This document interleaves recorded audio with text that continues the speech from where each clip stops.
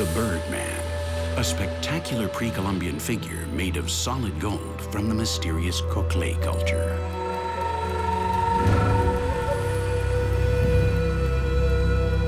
In the center of the Panamanian Isthmus, in the Cocle region, the team led by Dr. Julia Mayo has discovered a sacred necropolis which may contain more than 100 tombs. To date, 7 funerary contexts have been excavated, all of them noblemen under the leadership of the Rio Grande, which held power over these territories from 750 to 1000 AD. These are the tombs of the Golden Warriors, so named because of the copious pieces of gold found among their burial offerings.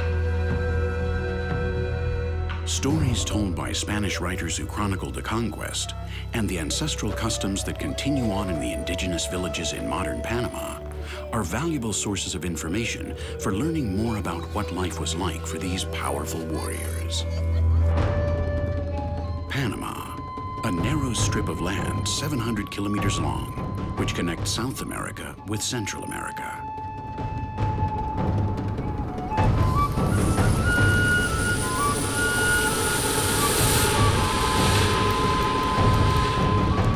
A country between 2 oceans, battered by the trade winds out of the Atlantic and the Pacific. An unparalleled part of the planet, inhabited by humans since the dawn of time.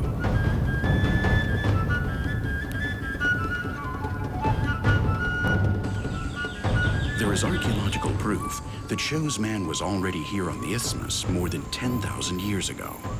On the riverbanks, in the streams and gorges and natural shelters, we have found their mysterious traces.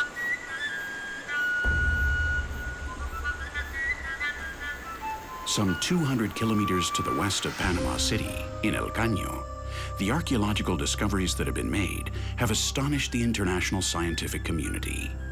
News of this find has made its way around the world. Este extraño alineamiento de monolitos nos indica que estamos en una zona sagrada. Probablemente formarían parte de una gran estructura funeraria de los Cocle, una cultura que se desarrolló aquí, en la región central de Panamá, hace más de 1000 años. A escasos metros de aquí se están produciendo grandes descubrimientos. Una vez más, la arqueología desentierra la historia del hombre. Se trata de una necrópolis Cocle con riquísimos ajuares funerarios que contienen numerosas piezas de oro macizo. Es la gran necrópolis de los guerreros de oro.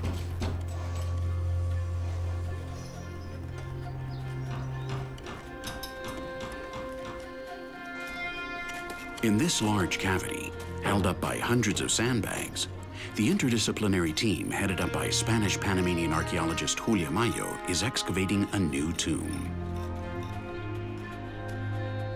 The huge quantity of ceramic offerings that have been turned up speak to the importance of this funerary context. This documentary record is an international scoop. These are the first filmed images of this archaeological find to be made public. The activity is frenetic. There is very little time to dig. It can only be done in the dry season. This is a titanic struggle against water, which has already seeped into the bottom of the dig site. It has reached groundwater level. The Rio Grande is quite nearby. Lo complicado de esta excavación es que estamos luchando contra el agua. Todos los años, durante la estación lluviosa, esta enorme excavación se convierte en una piscina. Nosotros podemos excavar aquí tan solo 3 o 4 meses al año. Esta es la razón por la cual, cuando finalizamos la temporada de excavación, tenemos que colocar todos estos sacos terreros para evitar que las paredes colapsen sobre los depósitos arqueológicos. Todos los años, antes de empezar la excavación, nos encontramos con este enorme hueco lleno de agua, entonces tenemos que extraer el agua con bombas, hacer las reparaciones de todos aquellos derrumbes que podamos encontrar de paredes, resacar todos los sacos que han sido destruidos por la inundación, y es entonces cuando empezamos a excavar de nuevo. Hemos hecho sondeos en el área y hemos determinado que la extensión del cementerio son 5.000 metros cuadrados. Esto quiere decir que muy probablemente en este lugar existan decenas de tumbas más.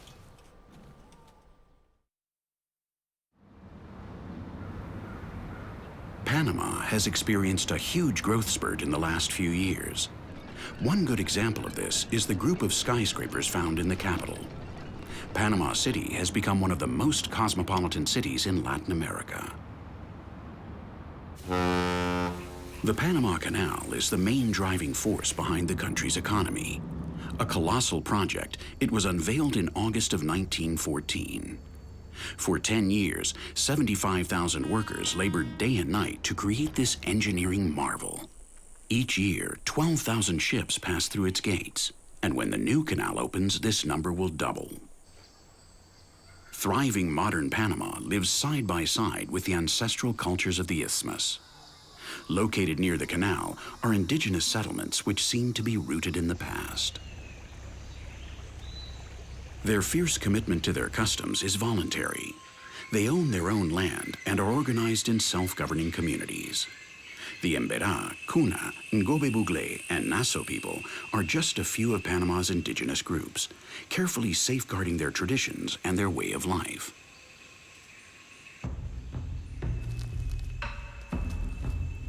Since ancient times, their age-old steppes have carved trails out of the dense jungles that cover most of their territory.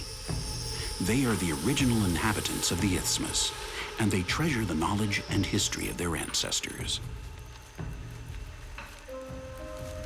Many of their traditions and beliefs are quite similar to those of their ancestors, including the Coclé warriors. For archaeologists and anthropologists, they represent a valuable source of information as to what ancient civilizations were like.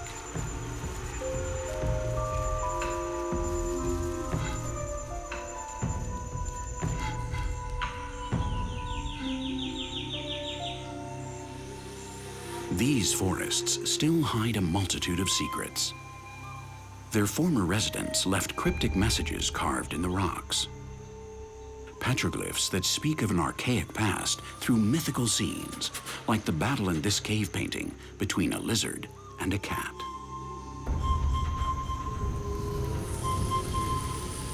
Throughout the entire country, there are stones that speak, figures that are geometric, spiral, circular, and meandering, wavy lines, symbols that allude to fertility.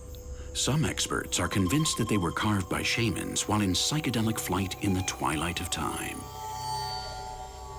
Perhaps they warn us of unknown dangers, or do they indicate borders? Do they mark out hunting grounds, sacred spaces?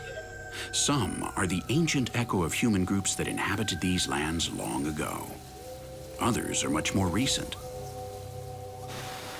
According to a study carried out by the Mayos, the outline of certain petroglyphs in the southern basin of the Coclé River are similar to ceramic designs that correspond to the period between 700 and 1100 AD, the era when Coclé warriors ruled the Rio Grande.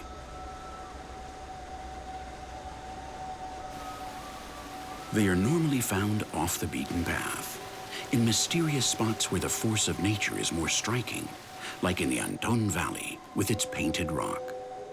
One enormous rock where a map of the region has been painted by locals. It must also be said that these petroglyphs indicate spots where there are caves that connect the many valleys. Powerful witch doctors were believed to live here, who were capable of killing with their magic. What is certain is that this is a region charged with history, where there is still much to discover. Perhaps the El Caño dig site is just the first of many archaeological finds that will shed light on the discoveries still kept secret in Panama.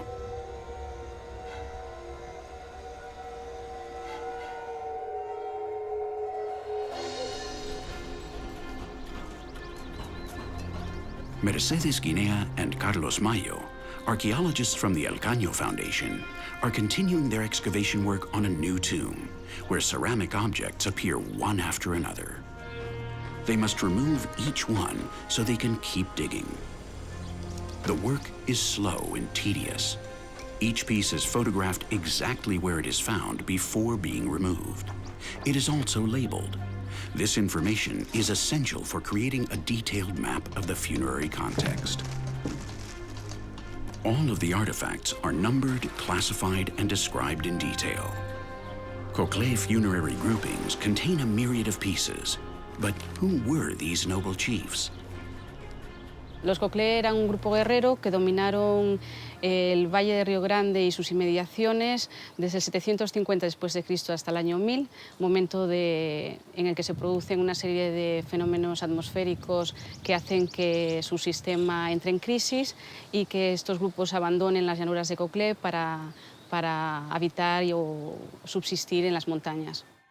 The fact that the tombs are situated at different depths, together with the quantity of people who were buried at the same time to accompany the deceased, makes identification very difficult. In the first tomb to be excavated, the bones of 8 individuals were found. 7 of these had been buried face upward, and 1 facing down. The second tomb revealed 3 different levels containing the bones of 27 individuals buried facing downward. The main figure in the second tomb was shrouded in resin-soaked linens after the body had been left for a time to dry. Among the objects in the funerary grouping was this magnificent piece of solid gold. Known as the Birdman, his body is not well defined, but his legs are seen as 2 twin birds. For some indigenous cultures, birds are responsible for carrying the spirits of the dead into the great beyond. Created using the lost wax casting method, the piece is an example of the refined technical skills achieved by local goldsmiths. Los orfebres Cocle llegaron a un conocimiento bastante profundo de cómo elaborar estas piezas y se piensa que realmente eran importantes. Y son importantes porque un orfebre es un ser que tiene la capacidad de transformar.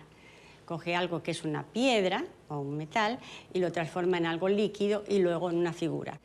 La capacidad de transformación, ya hemos hablado, se entiende como chamánica, entraría dentro de las capacidades de un orfebre. In these burial grounds, hundreds of pieces of gold have been recovered. Arm cuffs, breastplates, sashes made of spherical beads, ear cuffs, necklaces, earrings, clothing trim, and many figures. All of these pieces are exquisitely crafted, proof of the high cultural level of Cocle society.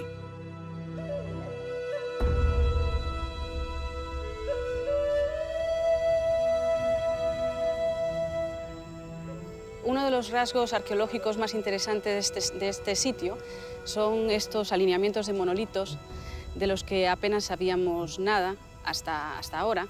Una de ellas en particular representa a un hombre atado a un monolito.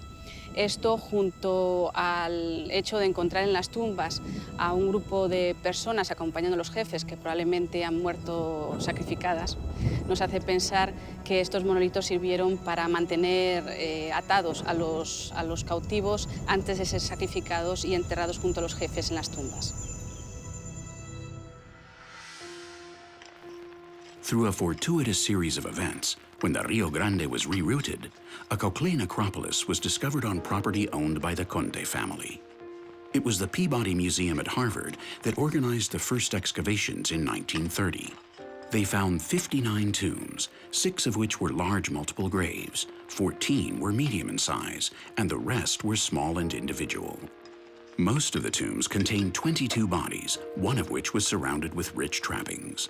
Later in 1940, the University of Pennsylvania Museum of Archaeology and Anthropology returned to the Sitio Conte region to continue excavating.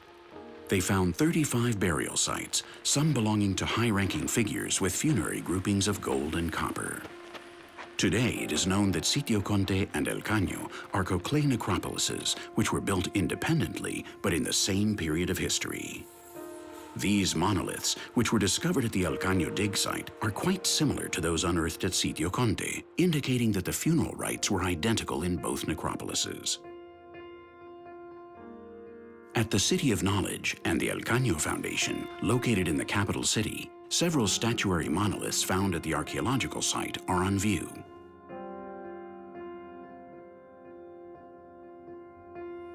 Bas-reliefs of unsettling figures, they stand between 1 and 2 meters high.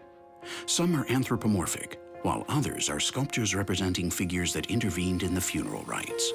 Their faces are mere sketches. The body of each figure is not entirely detached from its corresponding column. The arms are stuck to their ribs, and their legs are nothing more than a suggestion.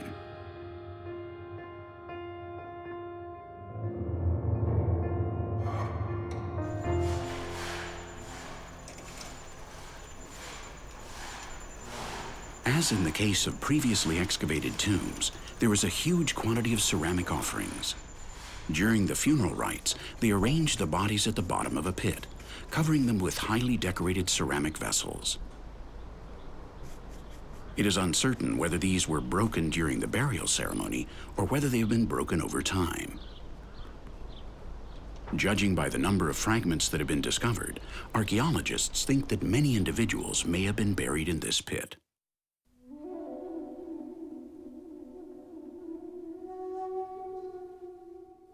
Once restored, we can appreciate how beautifully decorated each vessel was when it was placed atop the deceased. Geometric motifs were drawn on each piece. Coquelin pottery is unique in its use of the color purple. El color morado es sorprendente y aún es un misterio cuál es su origen. Efectivamente, el color rojo es abundante, ¿no?, en las matrices de tierra, ¿no?, en los ocres, ¿no?, el negro igual, ¿no?, con óxidos de hierro, ¿no? En cambio, el color morado es muy difícil encontrarlo en matrices de tierra. Nosotros aún no hemos hecho análisis de la procedencia, pero sí que en los años 30 la Universidad de Harvard excavó en Sitio y uno de sus geólogos determinó que el color morado también era de origen mineral, es decir, que se encuentra en las matrices de tierra de Coquelin. Work continues as pieces are removed. This is the end of the dry season, and soon the rains will begin.